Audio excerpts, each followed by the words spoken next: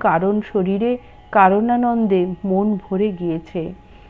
অন্তর্দশা, তখন মহাকারণে মন লয় হতো। বেদান্তের পঞ্চকোষের সঙ্গে এর বেশ মিল আছে। স্থূল শরীর অর্থাৎ অন্নময় ও প্রাণময় কোষ, সূক্ষ্ম শরীর অর্থাৎ মনোময় ও বিজ্ঞানময় কোষ, কারণ শরীর অর্থাৎ আনন্দময় কোষ।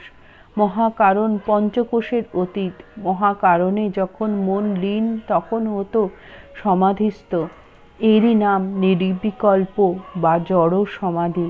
চৈতন্যদেবের যখন বাহ্যদশা হতো তখন নাম সংকীর্তন করতেন, অর্ধবাহ্য দশায় ভক্ত সঙ্গে নৃত্য করতেন, অন্তর্দশায় সমাধিস্থ হতেন। মাস্টার স্বগত। শ্রীরামকৃষ্ণ চৈতন্য ভক্তির অবতার। জীবকে ভক্তি শিখাতে এসেছিলেন। তার উপর ভক্তি হলে তো সবই হলো, হঠযোগের কিছু দরকার নেই। একজন ভক্ত: আচ্ছা, হঠযোগ কী রূপ?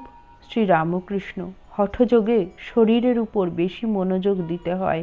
ভিতর প্রক্ষালন করবে বলে বাঁশের নলে গুহ্যদ্বার রক্ষা করে, লিঙ্গ দিয়ে দুধ ঘি টানে, জিহ্বা সিদ্ধি অভ্যেস করে, আসন করে শূন্যে কখনো কখনো ওঠে, ওসব বায়ুর কার্য।